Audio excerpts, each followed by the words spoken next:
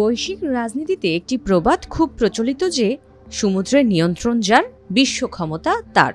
বিশ্ব বাণিজ্যের 90%-এরও বেশি পরিচালিত হয় এই সমুদ্রপথেই। এবার সেই সমুদ্রপথেই চোখ পড়েছে মার্কিন প্রেসিডেন্ট ডোনাল্ড ট্রাম্পের। সামুদ্রিক এলাকায় আরও কঠোর ও আগ্রাসী হতে যাচ্ছেন তিনি।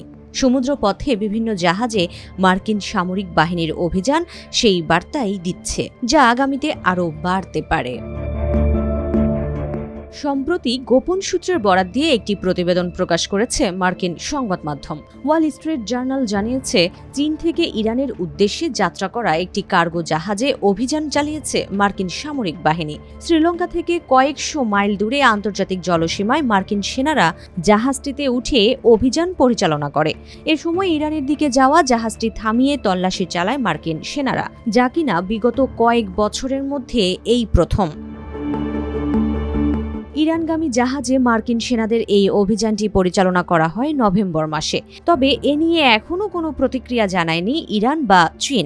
অভিযানে কি পাওয়া গেছে এ ব্যাপারে এক মার্কিন কর্মকর্তা ওয়াল স্ট্রিট জার্নালকে বলেন, অভিযানের সময় এমন কিছু সামগ্রী জব্দ করা হয়েছে যা ইরানের প্রচলিত অস্ত্র ব্যবস্থায় ব্যবহারযোগ্য হতে পারে। তিনি আরও বলেন, জব্দ করা সামগ্রীগুলো ডুয়াল ইউজ, অর্থাৎ এগুলো সামরিক কাজের পাশাপাশি বেসামরিক কাজেও ব্যবহার করা সম্ভব। অভিযান শেষে জাহাজটি আবার ছেড়ে দেওয়া হয়েছে বলেও জানান ওই কর্মকর্তা।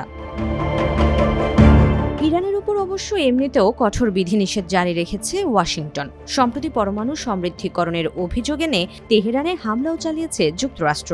যা নিয়ে চাপা উত্তেজনার মাঝেই এবার তাদের জাহাজে অভিযান চালিয়েছে মার্কিন সেনারা। অবশ্য শুধু ইরানগামী জাহাজেই নয়, সম্প্রতি অভিযান পরিচালনা করা হয়েছে ভেনেজুয়েলার জাহাজেও। দেশটির তেলবাহী একটি জাহাজ জব্দ করে টেক্সাসের একটি বন্দরে নিয়ে গিয়েছে মার্কিন সেনারা। ভেনেজুয়েলার বিরুদ্ধে যুক্তরাষ্ট্রের সামরিক চাপের মধ্যেই আগামীতে আরও আগ্রাসী হওয়ার বার্তা দিচ্ছে এমন অভিযান, যার প্রমাণ মেলে হোয়াইট হাউসের মুখপাত্র ক্যারোলিন লেভিটের কথাতেও। তিনি জানান, ভেনেজুয়েলার আশেপাশের জলসীমায় ভবিষ্যতে আরও জাহাজ জব্দের সম্ভাবনা ট্রাম্প প্রশাসন নাকচ করে দিচ্ছে না।